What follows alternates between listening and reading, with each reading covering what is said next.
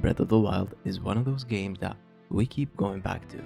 It's a recipe perfected by Nintendo that arguably made their console relevant, along with a few other titles. This game is simply an open world that feels like it's worth discovering.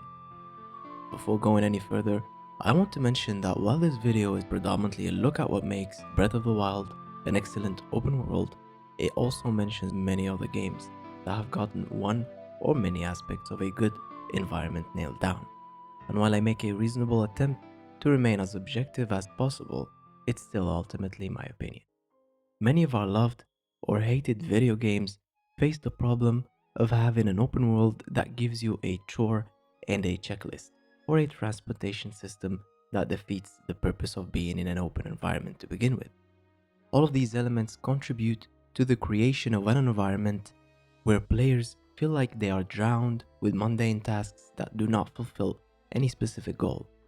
Breath of the Wild had elements that, in my opinion, a video game should have, and these elements are not necessarily grounded in realism by any means, actually quite the opposite. Gabe Newell, the CEO of Steam, explained this best. Say that's not realistic, and you're like, okay, what does that have to, like, explain to me why that's interesting, because in the real world I have to write up lists of stuff I have to go to the grocery store to buy, and I've never thought to myself that realism is fun. I go play games to have fun, and so we had to come up with some notion of what fun was. We knew it was an ad hoc definition, and it was the degrees to which the game recognizes and responded to the player's choices and actions, right? You know, in behavioral science, you would say we're explicitly talking about what were reinforcers and what the reinforcement schedules were, right? At that point in time, that was a useful way of making design decisions. The point I would make is, if I go up to a wall and shoot it, to me, it feels like the wall is ignoring me.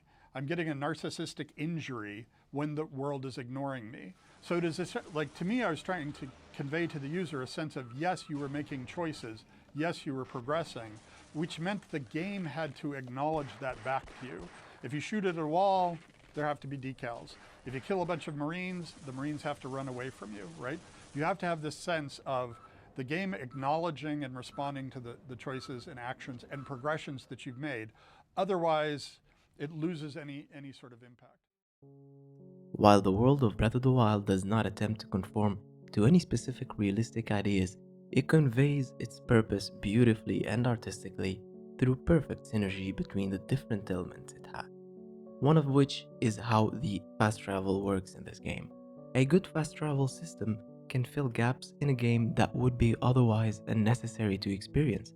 Considering how bad the average attention span is these days, you would think that it's a good idea to implement these fast travel points sufficiently through the map. The problem is that if the fast travel points trivialize the experience, then it will ultimately do the opposite, and even worse. You see, humans need challenge.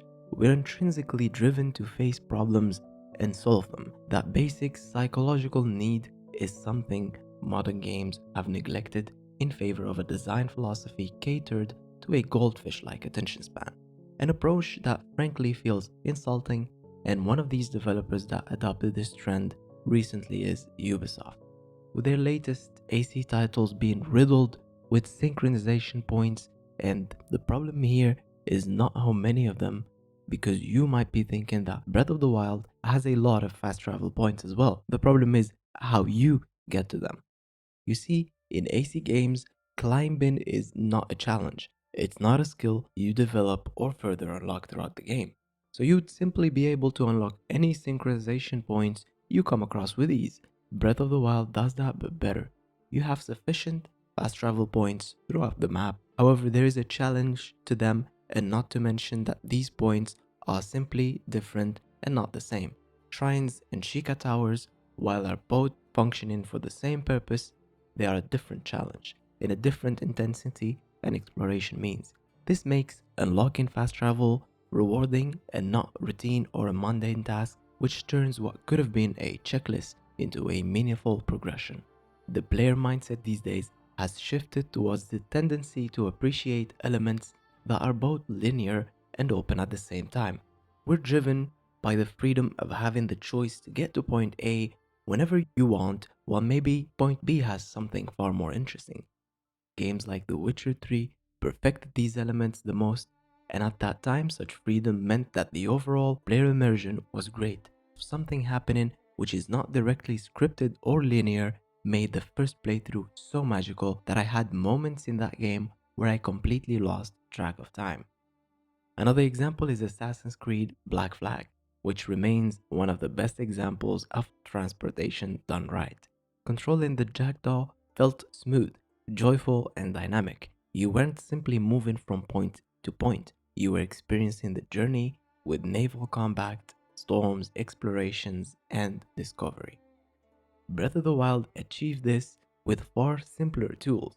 Particularly, the glider transforms navigation into a form of art. It transforms verticality, freedom, and a sense of serene momentum that enhances the fantasy of its world. Traveling isn't a barrier, it's simply a pleasure.